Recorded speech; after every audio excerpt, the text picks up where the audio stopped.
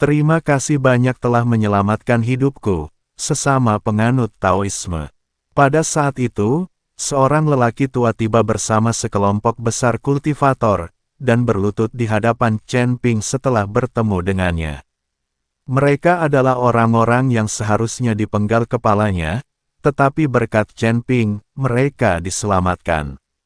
Saudara-saudara Taois, jangan terlalu sopan. Kalian telah diperlakukan tidak adil. Setelah saya pergi ke benua abadi Qingming untuk menyelidiki, saya akan memberikan keadilan kepada kalian. Chen Ping membantu semua orang berdiri dan berkata, Saudara Taois, saya tahu Anda adalah orang yang sangat baik, tetapi Anda tetap tidak boleh pergi ke benua abadi Qingming, Anda akan kehilangan nyawa Anda. Sekarang semua orang di sekte-sekte benua abadi Qingming hidup dalam ketakutan. Belum lama ini, 2 kultivator dipenggal di depan umum karena menerobos penghalang dan pergi ke surga ke-12 tanpa izin. Orang tua itu memberi nasihat kepada Chen Ping. Penggalan kepala, 2 kultivator akan pergi ke surga ke-12. Hati Chen Ping mencekam. Bolehkah saya bertanya, Tuan? Apakah kedua petani itu seorang pria dan seorang wanita? Chen Ping bertanya dengan gugup. Bagaimana kamu tahu? Pria tua itu agak terkejut. Tubuh Chen Ping sedikit bergetar tanpa disadari. Lah teringat Musa dan istrinya.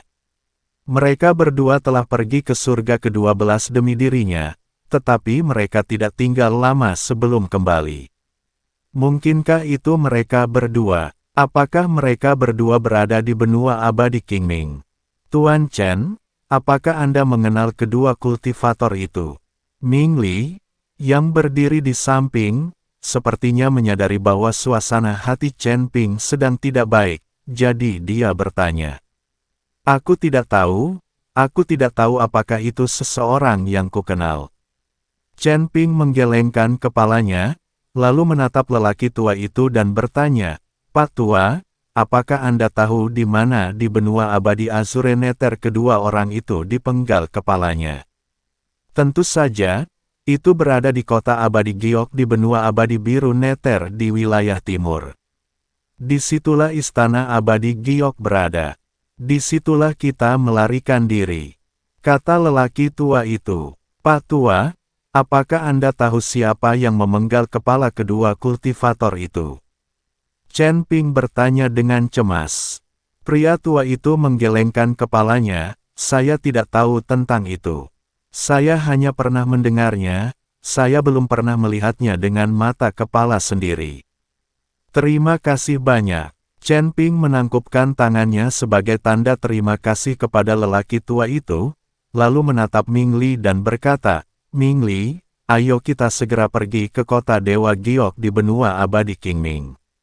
Begitu Chen Ping selesai berbicara, dia berubah menjadi seberkas cahaya dan menghilang. Melihat itu, Ming Li segera mengikuti. Saat ini, Chen Ping sangat cemas, dan pada saat yang sama, dia berharap kedua kultivator itu bukanlah Musa dan istrinya. Jika tidak, dia akan menghancurkan seluruh benua abadi Azure Nether hingga rata dengan tanah dan memusnahkan semua dewa. Chen Ping dan Ming Li melakukan perjalanan dengan kecepatan penuh, melintasi zona penyangga yang luas antara dataran es dunia bawah utara dan benua abadi dunia bawah biru. Akhirnya, 7 hari kemudian, mereka tiba di kota abadi Giok di perbatasan barat benua abadi dunia bawah biru.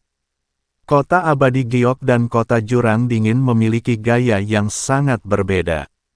Alih-alih es dan salju, terdapat pemandangan indah dengan cuaca seperti musim semi sepanjang tahun. Tembok kota terbuat dari giok putih murni, menjulang tinggi hingga ke awan, dengan cahaya spiritual biru pucat mengalir di permukaannya. Kota ini dipenuhi energi spiritual, dengan bangunan-bangunan megah berdiri berdampingan, dan bangau serta burung-burung mitos lainnya terbang di antara mereka, menciptakan suasana keindahan yang luar biasa. Namun, begitu memasuki kota, Chen Ping merasakan dengan jelas bahwa di balik fasad yang damai ini, terdapat rasa penindasan dan ketegangan yang memuncak.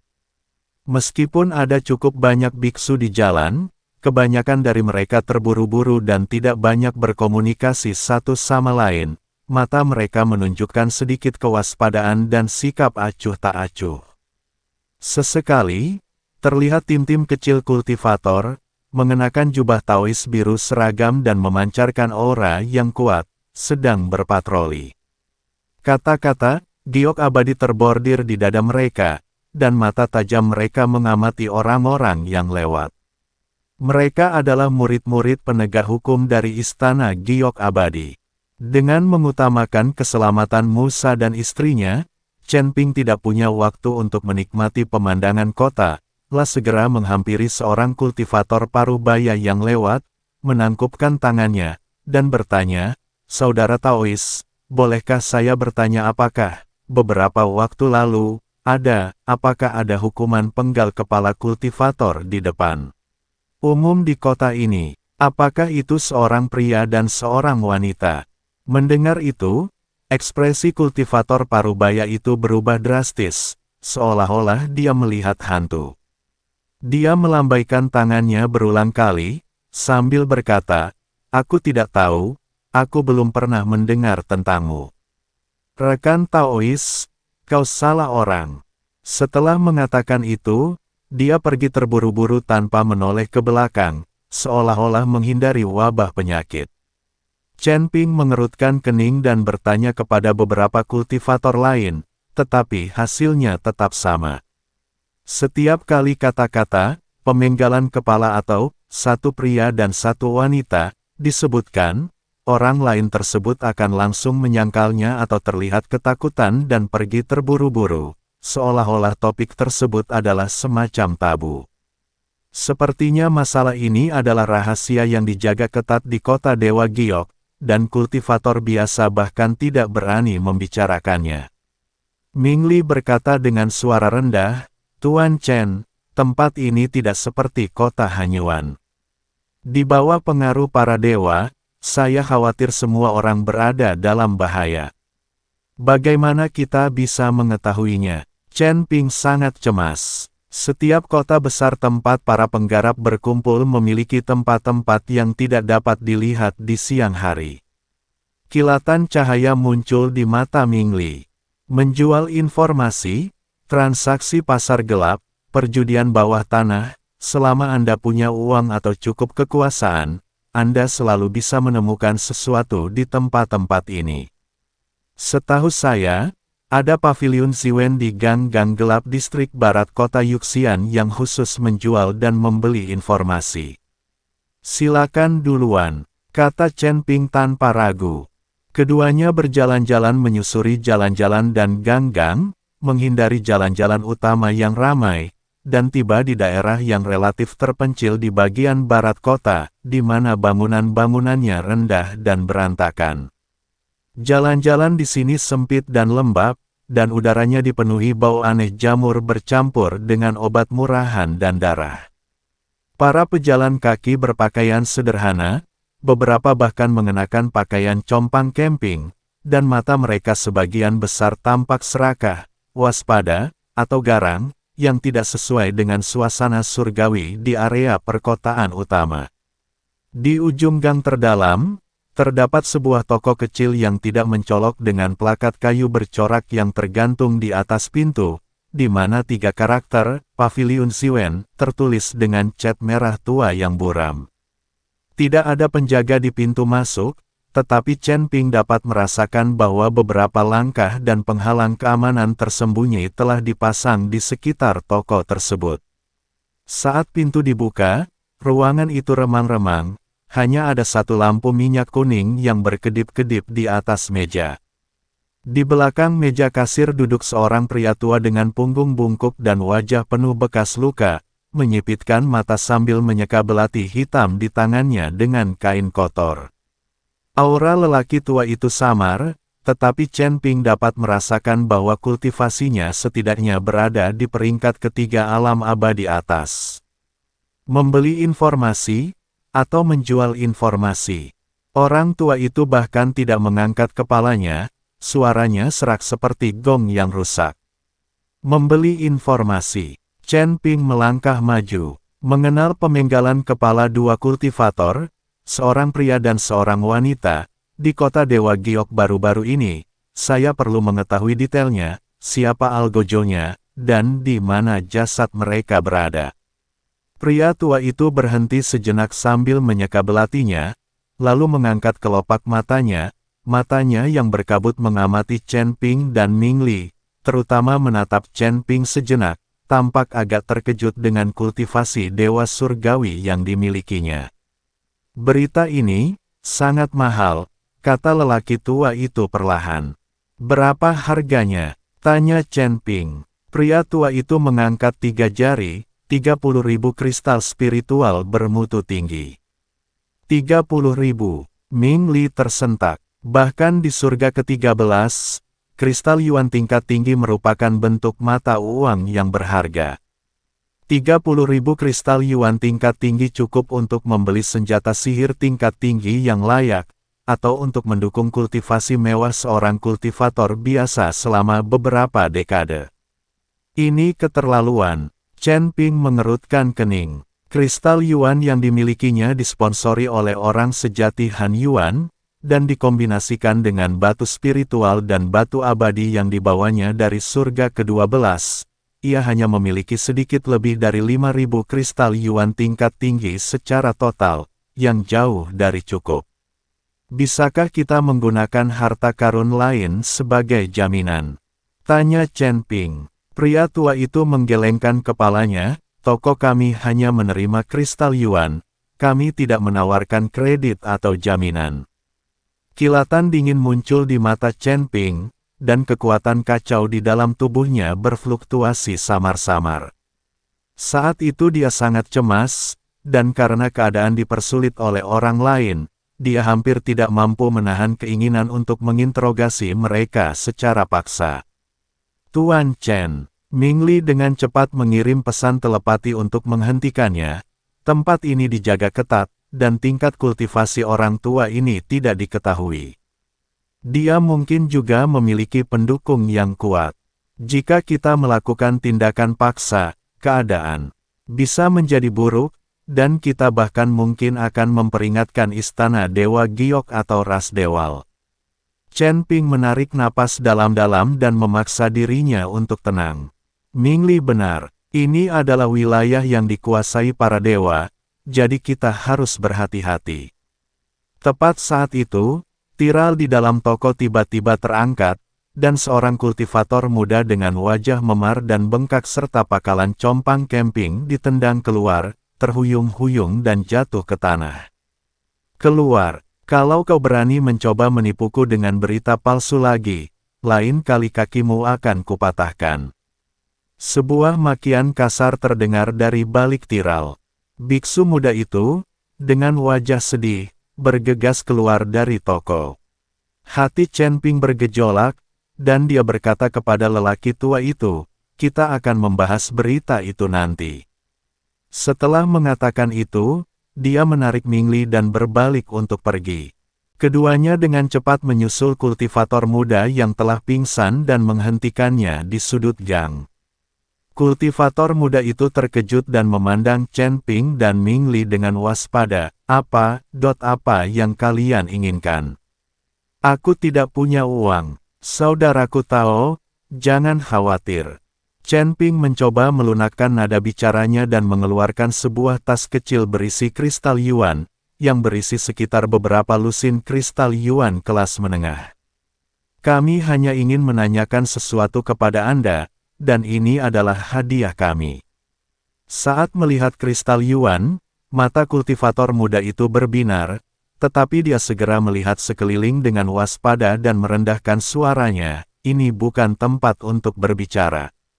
Ikutlah denganku. Dia memimpin Chen Ping dan pria lainnya melewati labirin berkelok-kelok hingga mereka tiba di sebuah gubuk terbengkalai yang lebih bobrok dan hampir roboh. Apa yang ingin kalian berdua tanyakan? Kultivator muda itu menutup pintu dan bertanya dengan penuh harap, matanya sering melirik kantung kristal Yuan di tangan Chen Ping. Apa yang kau ketahui tentang pemenggalan kepala dua kultivator, seorang pria dan seorang wanita, baru-baru ini di kota Dewa Giok? Tanya Chen Ping langsung. Wajah kultivator muda itu langsung pucat pasi, dan dia menggelengkan kepalanya berulang kali. Aku tidak tahu apa-apa, ini adalah sesuatu yang tidak bisa kau tanyakan, atau kau akan kehilangan kepalamu. Chen Ping menyerahkan kantong kristal Yuan kepadanya, asaikan kau memberitahuku, ini milikmu. Dan kami jamin kami tidak akan pernah mengungkapkan bahwa kau yang memberitahu kami. Kultivator muda itu menatap Yuan Jing, matanya dipenuhi dengan pergumulan yang lebih besar. Dia jelas membutuhkan uang itu, tetapi lebih takut lagi jika sampai terlibat masalah. Chen Ping malah memperkeruh keadaan, kami hanya ingin mengetahui garis besarnya, seperti lokasi eksekusinya. Itu seharusnya tidak dianggap sebagai rahasia besar, kan? Begitu kami mengetahui lokasinya, kami akan mencari cara untuk menyelidikinya sendiri.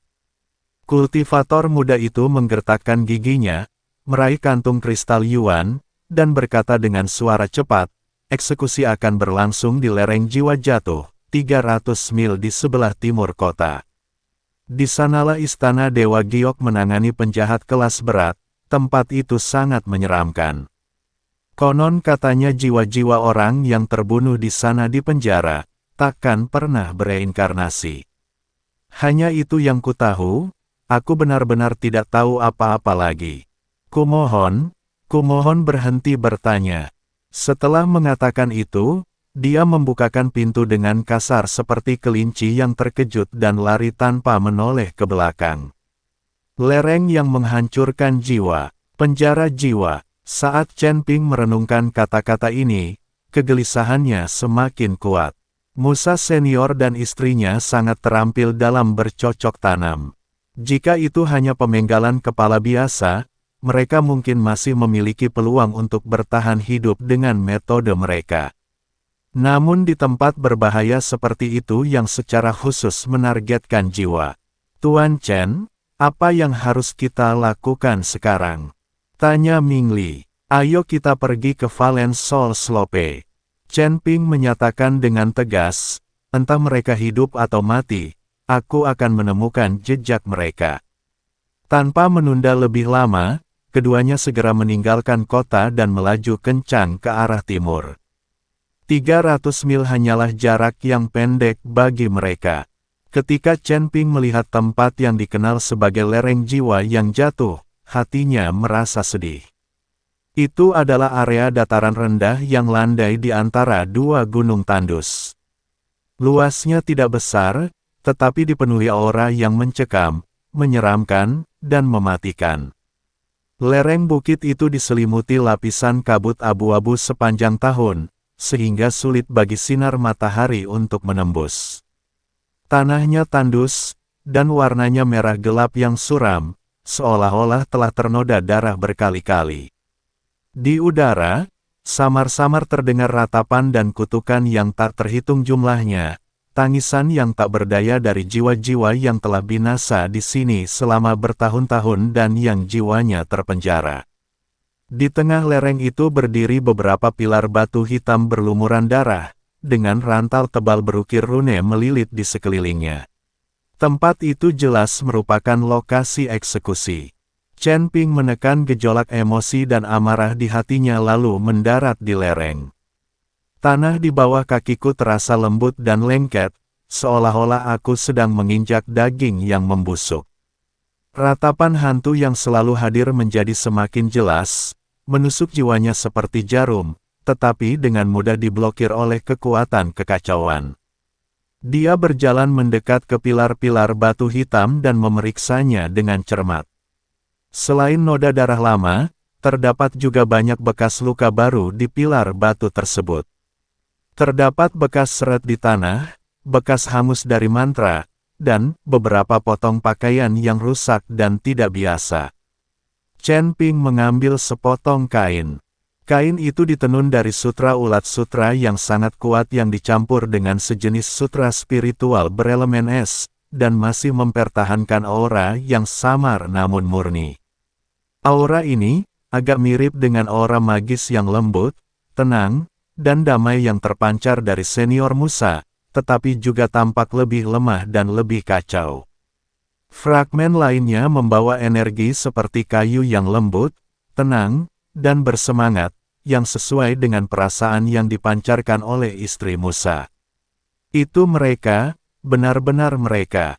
Tangan Chen Ping yang memegang pecahan-pecahan itu sedikit bergetar, kukunya hampir menusuk telapak tangannya. Meskipun dia memiliki firasat, ketika akhirnya dia memastikannya, rasa sakit yang luar biasa dan amarah yang meluap-luap hampir menguasainya. Senior Musa, orang yang lah selamatkan di tangga surgawi, yang muncul di saat genting di surga ke-12, membimbingnya ke gua pemurni Ki kuno dan mengungkapkan rahasia alam surgawi, seorang senior yang lembut dan tak terduga, dan istrinya, yang baru saja dibangkitkan dan penuh harapan untuk masa depan. Kejadian itu benar-benar terjadi di lereng jiwa yang jatuh yang kotor dan menyeramkan ini. Di mana mayatnya? Merigapa tidak ada mayat. Setelah mengamati sekeliling dengan saksama, Ming Li bertanya dengan bingung. Sekalipun seseorang dipenggal kepalanya, tubuhnya tetap harus ditinggalkan. Sekalipun sudah ditangani, seharusnya masih ada jejak yang tersisa.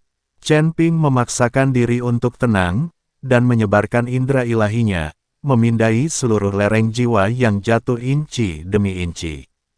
Tak lama kemudian, ia menemukan fluktuasi spasial yang sangat halus di bawah dasar pilar batu. Fluktuasi ini disamarkan oleh aura kematian dan kebencian yang pekat, seandainya dia tidak memiliki indera yang tajam dan kekuatan kekacauan, dia hampir tidak akan mampu mendeteksinya. Ada sesuatu di bawah sana.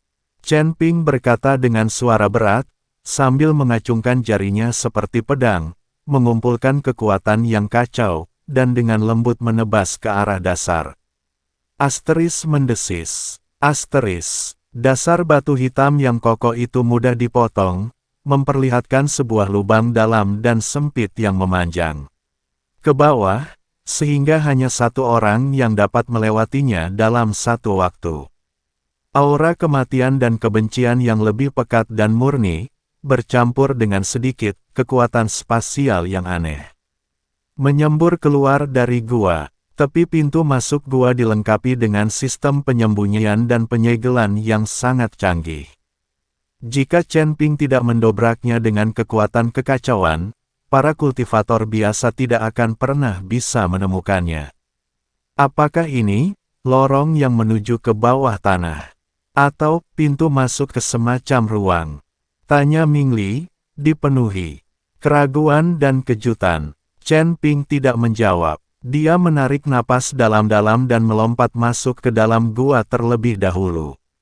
Ming Li mengikuti dari dekat di belakang. Gua tersebut tidak mengarah vertikal ke bawah, melainkan berupa lorong sempit dan miring dengan dinding yang halus, seolah-olah telah terkikis oleh suatu kekuatan selama periode waktu yang lama. Semakin dalam Anda menyelami, semakin berat aura kematian dan kebencian yang terasa, dan semakin jelas fluktuasi spasial yang aneh itu. Luas. Setelah turun sekitar 100 kaki, pemandangan tiba-tiba terbuka, memperlihatkan ruang bawah tanah yang sangat. Di tengah ruangan terdapat genangan darah berbentuk lingkaran, dengan diameter sekitar 10 kaki. Cairan dalam genangan darah itu kental seperti pasta, berwarna merah gelap, terus-menerus bergelembung, dan mengeluarkan bau busuk yang menjijikkan serta kebencian yang luar biasa. Di atas genangan darah, tak terhitung banyaknya bintik-bintik cahaya abu putih yang samar dan terdistorsi melayang, yang merupakan pecahan jiwa-jiwa ilahi yang dipenjara di sini, tak mampu terlahir kembali. Mereka berjuang dan meratap dalam diam, memancarkan rasa sakit dan keputusasaan yang tak berujung. Di atas genangan darah, di kubah ruangan itu, terdapat kristal berbentuk belah ketupat berwarna abu putih yang terus berputar seukuran kepalan tangan. Kristal itu memancarkan aura yang kaya akan hukum reinkarnasi, yang berasal dari sumber yang sama dengan gerbang reinkarnasi yang sebelumnya dikendalikan oleh Ming Li, tetapi lebih murni dan lebih kuat. Kristal inilah, dikombinasikan dengan medan unik dari Blood Pool dan Valen Soul Slope, yang membentuk susunan pemurnian jiwa, yang menakutkan, yang terus-menerus mengekstrak, memurnikan, dan memenjarakan jiwa-jiwa mereka yang mati di sini. Tatapan Chen Ping tertuju pada tepi genangan darah itu. Di sana, tergeletak sisa-sisa pakaian dan barang-barang yang berserakan. Sebuah pedang panjang kuno yang patah. Itu adalah sesuatu yang selalu dibawa oleh senior Musa. Jepit rambut giok yang hangat dan berkilau, yang masih menyimpan jejak aura roh kayu yang lembut, adalah milik istri Musa. Ada juga beberapa barang dan pakaian lain, semuanya memiliki aroma khas Musa dan suaminya. Namun, tidak ditemukan jenazah. Mayat itu dilemparkan ke dalam kolam darah untuk dimurnikan. Suara Ming Li terdengar datar. Chen Ping tidak menjawab, lah berjalan selangkah demi selangkah menuju tepi genangan darah. Dengan setiap langkahnya, niat membunuhnya semakin kuat, dan aura kacau di sekitarnya melonjak tak terkendal, memusnahkan semua energi kematian dan kebencian yang mendekat. Dia membungkuk dan mengambil potongan pedang panjang yang patah itu. Pada pedang yang patah itu, jejak samar terakhir dari kehendak ilahi Musa tersisa, menyampaikan ekspresi singkat, marah, kesal, dan khawatir untuk istrinya di saat-saat terakhirnya, sebelum tiba-tiba berakhir. Ah! Chen Ping mendongak ke langit dan mengeluarkan raungan yang ditahan sekeras-kerasnya, seperti binatang buas yang terluka. Kemarahan yang tak terbatas, kesedihan, rasa menyalahkan diri sendiri, dan niat membunuh meletus di dadanya seperti gunung berapi. Matanya langsung berubah merah darah, dan aura kacau di sekitarnya melonjak dengan hebat. Udara berkabut menyapu seluruh ruang bawah tanah, menyebabkan genangan darah bergolak hebat. Ras ilahi, istana abadi giok, luar biasa, sangat bagus. Suara Chen Ping sedingin es di neraka terdalam, dan setiap kata seolah mengandung kebencian yang mendalam dan sumpah darah. Senior Musa, aku, Chen Ping, bersumpah tidak akan tenang sampai aku membalas penghinaan ini. Aku ingin kota abadi giok ini hancur total, tak menyisakan seekor ayam atau anjing pun yang hidup. Aku ingin benua abadi biru neter ini hancur total, dan semua antek ras dewa terkubur bersamamu. Niat membunuh yang dahsyat melonjak ke langit, bahkan menembus tanah dan membentuk pusaran abu-abu berisi niat membunuh di atas lereng jiwa yang jatuh. Ming Li menyaksikan dengan ngeri. Dia belum pernah melihat Chen Ping begitu kehilangan kendel, begitu marah. Niat membunuh yang mengerikan itu bahkan membuat dirinya, seorang dewa tingkat atas tingkat 5, merasa merinding. Dia tahu bahwa Chen Ping benar-benar marah kali ini. Benua abadi Azure Netherworld kemungkinan akan dilanda pertumpahan darah yang belum pernah terjadi sebelumnya. Dan semua ini baru permulaan. Chen Ping perlahan menegakkan tubuhnya dan dengan hati-hati menyimpan barang-barang Musa dan suaminya. Warna merah padam di matanya perlahan memudar, tetapi rasa dingin dan niat membunuhnya justru semakin dalam dan menjadi lebih menakutkan. Ming Li. Suaranya tenang, namun mengandung perintah yang tak terbantahkan. Ya, jawab Ming Li dengan cepat. Memeriksa. Chen Ping berkata perlahan dan hati-hati, gunakan semua cara yang kau miliki untuk mencari tahu siapa dari istana Dewa Giok yang melakukan eksekusi hari itu, dan siapa yang memberi perintah. Apa hubungan mereka dengan para dewa? Temukan semua yang terlibat, tanpa melewatkan satu pun. Baik, Ming Li dengan sungguh-sungguh menerima perintah itu. Dia tahu bahwa Chen Ping saat ini seperti gunung berapi yang akan meletus. Hal berbahaya ini harus dihilangkan. Chen Ping menatap lorong rahasia di hadapannya, matanya dipenuhi niat membunuh.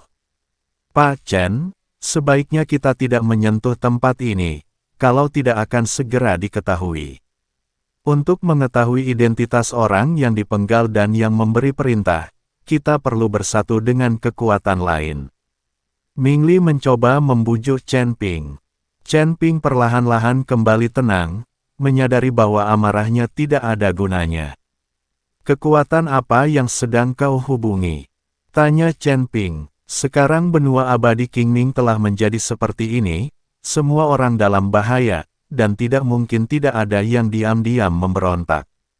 Jika kita menemukan organisasi perlawanan dan bersatu dengan mereka untuk membantu kita mengumpulkan informasi, bukankah itu akan 2 kali lebih efektif? Kata Ming Li. Benar, kalau begitu mari kita cari anak yang menjual informasi itu. Chen Ping tahu bahwa untuk menghubungi kekuatan semacam ini, mereka membutuhkan perantara. Jika tidak, mereka tidak akan memiliki kesempatan untuk bertemu dengan pihak lain. Dan anak yang berani menjual informasi palsu di paviliun Siwen itu adalah pilihan yang tepat. Chen Ping dan Ming Li kembali ke gang gelap di distrik barat kota Dewa Giok dan menemukan gubuk yang terbengkalai. Kultivator muda itu bersembunyi di dalam rumah sambil menghitung kristal yuan miliknya ketika ia melihat keduanya kembali. La sangat ketakutan hingga hampir menumpahkan kristal yuan ke seluruh lantai. Kalian berdua siswa senior, hanya itu yang saya tahu, tidak ada gunanya bertanya lebih banyak lagi. Dia berkata dengan gemetar. Chen Ping tidak mengatakan apapun, tetapi hanya mengeluarkan tas kain yang lebih besar dan meletakkannya di tanah. Tas itu sedikit terbuka, memperlihatkan setidaknya 500 kristal unsur berkualitas tinggi dan beberapa botol pil penyembuhan dan pengembangan diri yang sangat baik. Mata biksu muda itu langsung membelalak, dan napasnya menjadi cepat. Kami di sini bukan untuk mempersulit Anda. Suara Chen Ping tenang, namun mengandung kekuatan yang tak terbantahkan. Kita perlu menemukan kekuatan-kekuatan di dalam kota Dewa Giok yang secara diam-diam melawan ras dewa dan penindasan istana Dewa Giok. Karena kau berkeliaran di sini, mencari nafkah dengan menjual berbagai macam informasi, kau pasti punya koneksi. Mata kultivator muda itu berkecamuk, dia melirik Yuan Jing, lalu ke mata Chen Ping yang dalam dan tajam. Lalu dia menjilat bibimnya yang kering dan pecah-pecah. Senior, hal semacam ini, jika tidak ditangani dengan benar, benar-benar bisa merenggut nyawa Anda, dan bahkan jiwa Anda bisa dibawa ke lereng jiwa yang jatuh. Itulah mengapa kami mendatangi mereka. Ming Li menyela, kita memiliki tujuan yang sama. Kristal yuan dan pil ini adalah hadiahmu dan tanda terima kasih atas perkenalannya. Akan ada hadiah yang lebih besar setelah masalah ini selesai. Hadiah yang besar pasti akan menarik minat orang-orang pemberani. Kultivator muda itu menggertakkan giginya, meraih tas kain itu dan memasukkannya ke dalam pelukannya, sambil berbisik, ikutlah denganku, jangan bersuara dan jangan melihat ke sekeliling.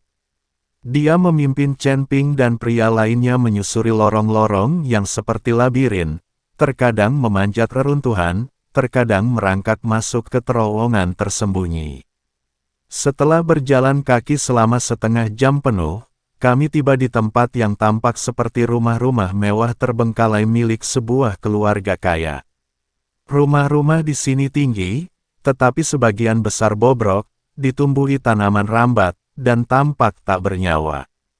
Biksu muda itu berhenti di depan sebuah halaman dengan pintu yang setengah rusak dan mengetuk kusen pintu secara berirama, 3 ketukan panjang dan 2 ketukan pendek. Sesaat kemudian, pintu berderit terbuka sedikit, dan sepasang mata waspada mengintip keluar. Monyet, apakah itu kamu? Siapa mereka? Sebuah suara berat terdengar dari balik pintu. Saudara Leopard, Ini seseorang yang kutemukan dan ingin bergabung dengan kita. Dia punya beberapa orang tangguh. Kultivator muda itu, yang dijuluki Monyet, merendahkan suaranya dan berkata, dia membawa hadiah yang berlimpah. Dia benar-benar tertarik untuk melakukan sesuatu yang besar. Ada keheningan sesaat di dalam, lalu pintu perlahan terbuka, dan seorang pria berotot dengan bekas luka di wajahnya menyingkir, masuklah, cepat. Halaman dalam itu sangat luas, dan di dalamnya terdapat dunia tersembunyi yang terawat dengan baik dan memiliki jejak fluktuasi susunan yang samar, mengisolasi atmosfer dan suara dari dalam dan luar. Beberapa kultivator yang tersebar sedang bermeditasi atau membersihkan senjata mereka di sudut-sudut ruangan. Ketika seseorang masuk, mereka semua melirik orang itu dengan saksama. Pria yang memiliki bekas luka itu, saudara Macan Tutul, menuntun mereka melewati halaman depan menuju halaman belakang yang lebih tenang. Seorang wanita tinggi yang mengenakan pakaian biru muda berdiri di halaman, membelakangi mereka, menatap sekelompok bambu hijau. Wanita itu perlahan berbalik, memperlihatkan wajah yang cantik namun gagah dan angkuh, dengan mata tajam seperti elang, dan tingkat kultivasinya jelas berada di peringkat keempat alam abadi atas. Bos, Monyet membawa 2 orang bersamanya, katanya mereka ingin bergabung dengan kita, kata Macan Tutul dengan hormat. Tatapan wanita itu menyapu Chen Ping dan Ming Li, berhenti sejenak pada Chen Ping.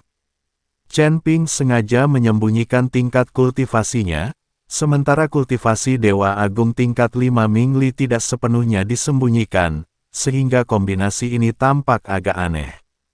Siapakah kamu? Mengapa kamu mencari kami? Wanita itu berbicara, suaranya dingin dan jelas. Monyet itu buru-buru melangkah maju, membungkuk dan mengendus-endus, Saudari Liansing. Kedua senior ini ingin menanyakan tentang Istana Dewa Giok dan klan ilahi, terutama tentang masalah di lereng jiwa yang jatuh beberapa waktu lalu. Mereka menawarkan harga yang sangat tinggi. Kurasa mereka bukan mata-mata, jadi. Mata wanita bernama Liansing berubah dingin saat dia menyela si Monyet, apakah kau ikut campur urusan lereng jiwa yang jatuh? Monyet, kau semakin tidak mengerti aturan. Monyet itu gemetar ketakutan. Chen Ping melangkah maju, menangkupkan kedua tangannya, dan berkata, Saudara Taois, mohon jangan salahkan dia. Saya Chen Ping, dan ini Ming Li. Kami menanyakan tentang lereng jiwa yang jatuh karena 2 orang yang dipenggal. Kepalanya kemungkinan adalah teman lama saya. Permusuhan ini tidak dapat didamaikan. Tidak ada jalan kembali bagi saya, Istana Abadi Giok, dan ras dewa di baliknya. Saya mendengar bahwa ada orang-orang yang berpikiran sama di sini, jadi saya datang untuk mengunjungi mereka. Saya di sini bukan untuk memata-matai, tetapi hanya untuk bekerja sama. Liansing menatap Chen Ping, seolah mencoba memahami kebenaran dari tatapan matanya. Tatapan Chen Ping tenang, dan meskipun dia berusaha sekuat tenaga untuk menekan kesedihan mendalam dan niat membunuh yang dingin, sedikit jejaknya masih lolos, membuat Liansing, yang telah mengalami pertempuran hidup dan mati, merasa sedikit merinding. Kata-kata bukanlah bukti. Liansing berkata dengan tenang, siapa tahu kau adalah umpan yang dikirim oleh Istana Dewa Giok untuk memancing kami keluar. Kami telah kehilangan cukup banyak saudara akhir-akhir ini. Kita bisa membuat nazar kepada surga, kata Ming Li. Sumpah kepada surga, bibir Liansing melengkung membentuk senyum mengejek. Di benua abadi Qingming, tempat pengaruh para dewa semakin dalam, masih belum diketahui apakah Dao Surgawi masih seadil sebelumnya. Terlebih lagi, ada celah dalam sumpah. Chen Ping sedikit mengerutkan kening, lalu apa yang dibutuhkan agar kau percaya padaku, sesama penganut Tao? Liansing berbalik dan memandang ke arah rumpun bambu yang rimbun, ikutlah denganku, mari kita cari tempat yang Aman untuk berbicara. La berjalan lebih dulu menuju hutan bambu. Chen Ping dan Ming Li saling bertukar pandang lalu mengikutinya. Monyet itu ingin mengikuti, tetapi dihentikan oleh tatapan mata macan tutul. Hutan bambu itu tampak biasa saja, tetapi begitu Chen Ping melangkah masuk, dia langsung merasakan ruangnya sedikit terdistorsi dan arah aliran energi spiritual menjadi tidak biasa.